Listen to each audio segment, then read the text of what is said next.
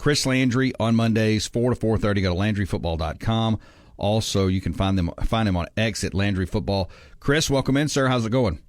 Doing good, Jake. How you doing? A little melancholy now that football's over, but I got so much work with draft preparation and everything that it'll be here before you know it when we're kicking it off again. Oh, there's no doubt about it. There's so much to continue to talk about and get into. And before we get to some of the specifics, just kind of your thought of the game. I know, if you, depending on who you talk to, and it's such a weird world of football watching that we're in because, for me, this is take on this. I can sit down and watch a defensive football game and be highly entertained. If it's a 10-7 ball game, I can be highly entertained. I heard a lot of chatter last night where I was at 0-0 score, and after one, 10-3 after two, and people kind of went, well, this game is so boring. I didn't look at it that way. Now, obviously, you talk about the finish in the fourth quarter and the overtime, but your thoughts of the overall performance that you saw last night? Listen, I thought it was a well-played game. I thought both defenses really caused a lot of problems up front for protections and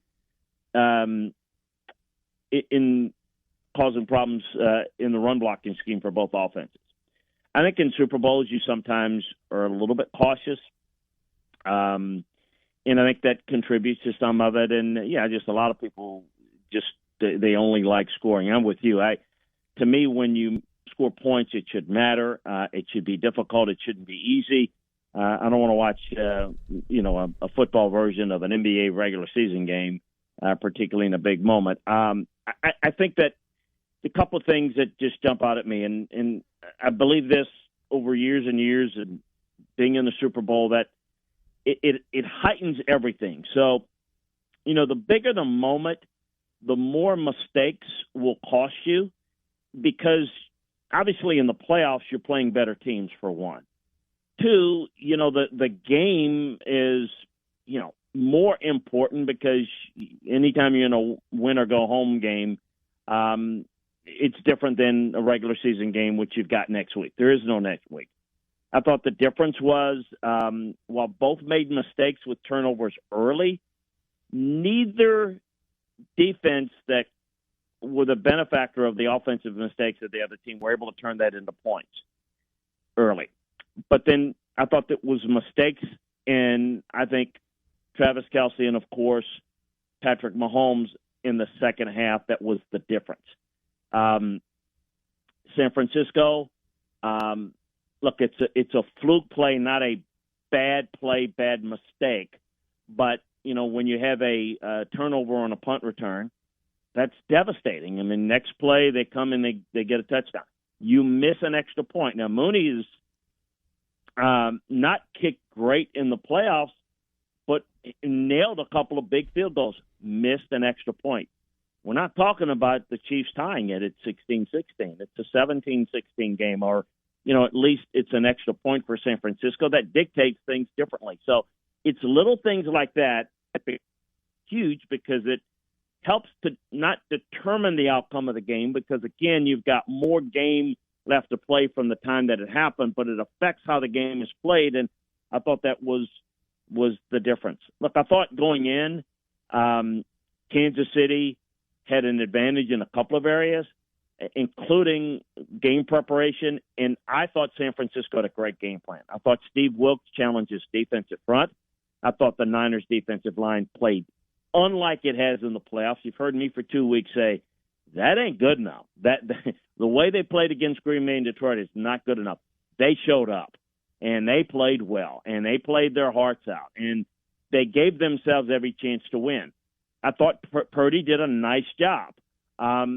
He was not flawless. I thought Mahomes was flustered early.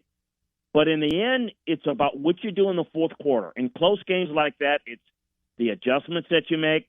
I thought the Steve Spagnuolo, who did a tremendous job generating more interior pressure, affected them a lot. I think San Francisco was running the football well, and they said we can't allow that to happen. We got to put extra numbers and create pressure with some run blitzes, and it basically crowded the pocket and pushed the pocket and forced Brock Purdy to make some tough plays, which he made some plays late like he has done all playoffs to bring his team back and give them a chance to win.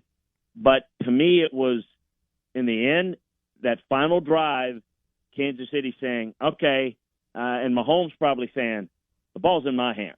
I mean, the fourth down play, it was his own read, but he was keeping it. And, I mean, the only thing I would say that surprised me was that Bosa crash, because you got to know if you're San Francisco. 4th and 1, the ball ain't coming out of Mahomes' hand. And I thought his legs, Mahomes' legs, was the biggest factor for him bringing his team back. I don't have enough adjectives to describe how good Patrick Mahomes is, because he has that killer instinct that Michael Jordan, the Tom Brady, whatever, those great athletes have it, that can get it done in the moment. Plus, on top of all that, when the game is on the line, he's the best athlete on the field. He's not like Lamar Jackson athlete. He can run just as effective. He can pick up key yards. And they just don't let him do it in the regular season. But when the game is on the line, that was the difference. He was the difference. And that's why we're sitting here talking about them, third Super Bowl in 5 years. Just tremendous. Just a tremendous fourth quarter. I thought it was a well-played game. And listen, I thought San Francisco made a couple of mistakes, but it wasn't a bad performance by any stretch. You just have to be near perfect, or you have to have a guy like Patrick Mahomes to win it for you in the end. That was the difference.